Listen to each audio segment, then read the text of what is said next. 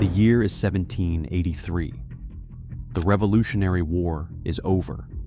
America has won. And George Washington, the man who led the most powerful army on the continent, is standing in a room full of angry soldiers who want him to do one thing: become king. He had the army. He had the loyalty. He had the moment. Every general in history before him had taken that power. Julius Caesar took it. Oliver Cromwell took it. Napoleon would take it just a few years later. But Washington, he said no. And that single decision, that one act of walking away, is exactly why George Washington is the most dangerous man in the history of the world. Not dangerous because he killed. Not dangerous because he conquered. Dangerous because he chose not to. Welcome back. Today we're talking about a man that most people think they already know. The wooden teeth, the cherry tree, the white horse. But here's the truth. The real George Washington is far more extraordinary and far more terrifying than any textbook ever told you. Because what makes Washington dangerous isn't what he did. It's what he refused to do, and how that refusal changed the fate of every democracy that came after him. Let's get into it.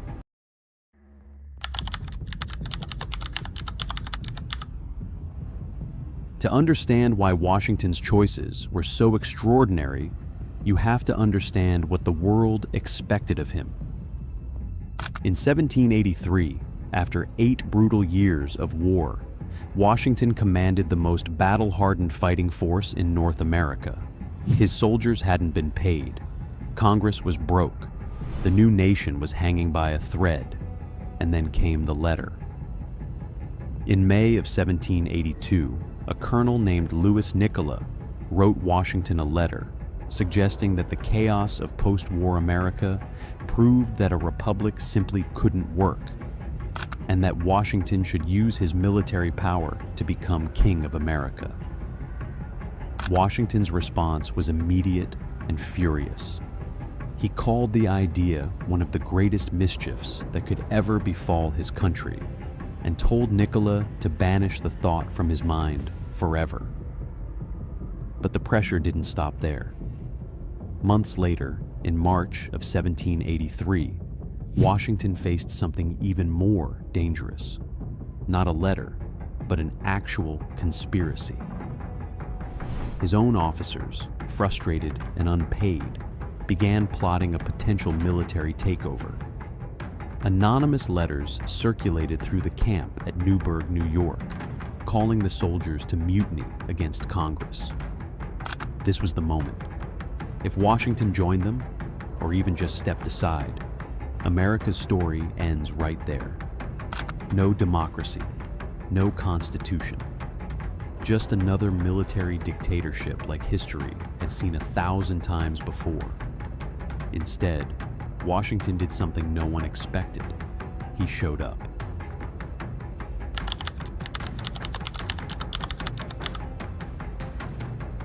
On March 15, 1783, Washington walked unannounced into the meeting room at the Temple of Virtue in Newburgh, New York.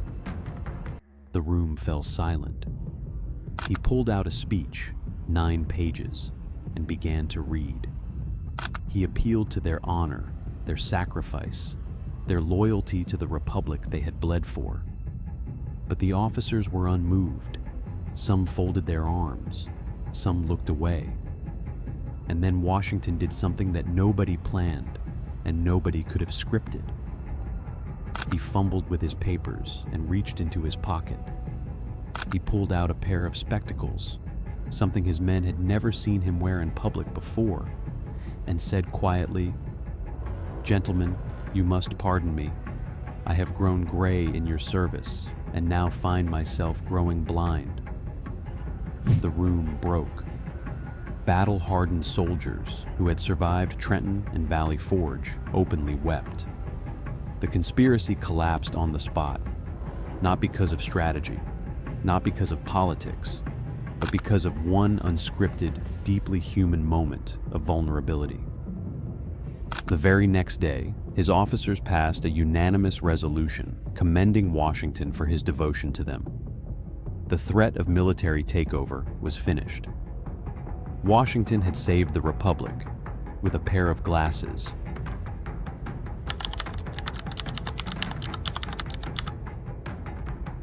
But Washington wasn't done making history. On December 23, 1783, Washington walked into the Maryland State House in Annapolis and handed over his military commission to Congress.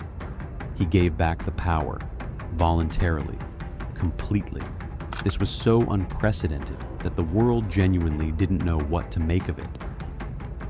King George III of England, Washington's greatest enemy, reportedly asked his American painter Benjamin West what Washington intended to do after winning the war. When told Washington planned to return to his farm, King George said, "If he does that, he will be the greatest man in the world."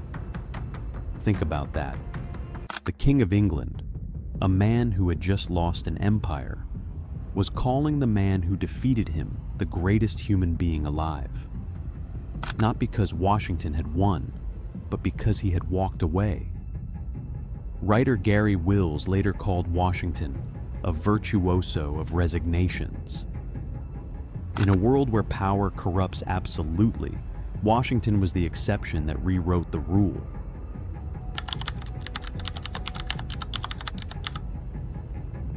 Fast forward to 1796. Washington has now served 2 terms as the first president of the United States. He is beloved. He is powerful. There is no law stopping him from serving a 3rd term, or a 4th, or a 5th. The country begged him to stay.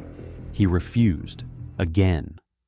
And in doing so, he established the 2-term precedent that every American president would follow for the next 150 years. It didn't become law until 1951. For 150 years, it was simply tradition, built entirely on the example of one man. But Washington wasn't finished speaking.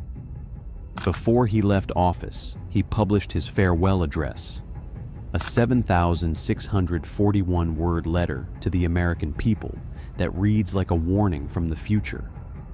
In it, he cautioned against the rise of political parties, writing that cunning, ambitious, and unprincipled men would use them to usurp for themselves the reins of government.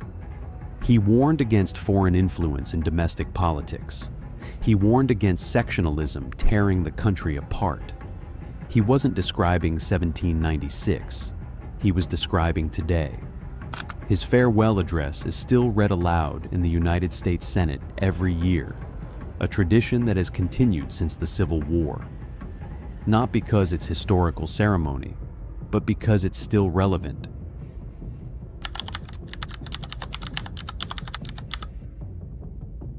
Here's the question nobody asks. Why did Washington keep walking away? The answer lies in an ancient Roman farmer named Cincinnatus. Washington was deeply influenced by the story of this Roman general who, in 458 BC, was given absolute power to save Rome. And the moment the crisis was over, quietly returned to his farm. Washington saw himself as an American Cincinnatus. He genuinely believed that leaders who clung to power were the greatest threat to freedom, and he built his entire public life around proving it. And that's what makes him truly dangerous. Most powerful men in history are dangerous because they take power. Washington is dangerous because he defined what power should look like, and then dared every leader who came after him to live up to it. He set a standard so high that the world has been struggling to reach it ever since. Napoleon seized power the same decade Washington surrendered it. Caesar was stabbed for refusing to give his up. Cromwell, Mugabe, Castro, countless others. They all clung to the throne until death or defeat took it from them. Washington remains to this day almost alone in his category. A man who had everything and chose to give it all back.